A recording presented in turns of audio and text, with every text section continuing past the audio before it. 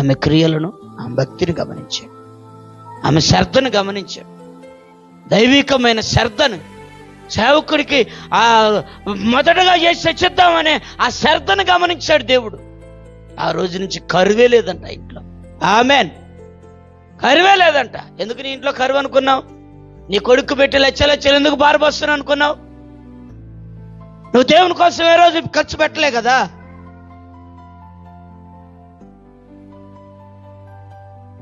నీ భర్త కోసం ఎన్నో ఖర్చు పెట్టావు, దేవుని కోసం ఎప్పుడు పెట్టావు కదా. అలా పోతానే ఉంటాయి. నేను చెప్పటం కాదు, అది నీకు కూడా తెలుసు. పోతానే వర్తించి దేవుని కోసం నిలబడదాం.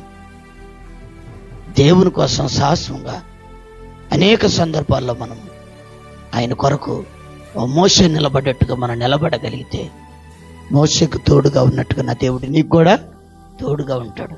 నిన్ను కూడా ఆశీర్వదిస్తాడు నా దేవుడు.